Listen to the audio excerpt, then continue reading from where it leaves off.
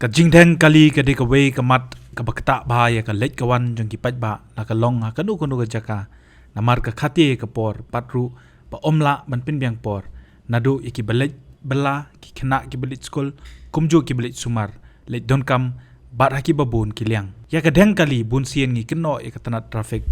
bakam biang Akor kompenya jongka ya ka jingbun ki kali ka jingret ka surok hendrengi klet no ru ya ka wei pat ka jingleh jongi hi Shimet kata ban Pyrkhat tang abangi Biang Ïalade e ki wei ki mat ya saja ne shem jing e halor kan ye ka khubor ka de lingba ka jingyo pedang ya ka jingo jingnam na ki babon ki patba kata ka bai dei bat ka benta jong ka surok hala chume kata ha ka secretariat ka bangi tep kum ka nokrek building ka badon na persha ko office jong ka CPHE terter na DTO office hado jong piludi roads bat piludi building kabangi la man saki baki don ki kali kata nado ki ML01 ki kali he officer sarkar ki kali Shimet ki bayang Khlem Akor wat surok rong Khlem de Pyrkhat lakan kta ne ki bayat bayang nado ki kali hado ki pat baru ki bayat ki jan hoj katanat traffic kabo way constable ban pet ya kayat kayang jong ki kali hendai na ka Jingleh Khlem Akor jong ki nongnya kali sarkar bat ru ki pat ba ka Wanrah pat ka Jingleh ya ban penyat kali naka jingo jingnam jong ki babun ki patba kalong baki don ki brio ki Pynieng lakayang ya ka kali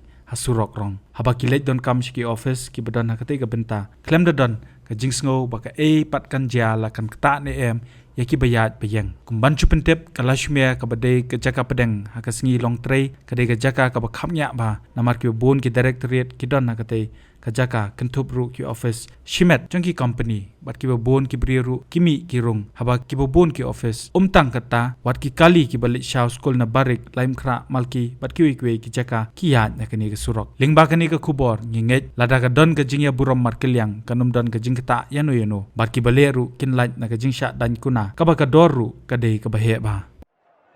Andy, your wife has been sitting there. She has been ready for a while now. Go for the test. I'm already watching the test, Mom. Son, it is important to take this test at the earliest. Mom, why do we need to rush? What will happen even if we're late to take the test? Look, son. You see, that is why it is important to reach on time. Go.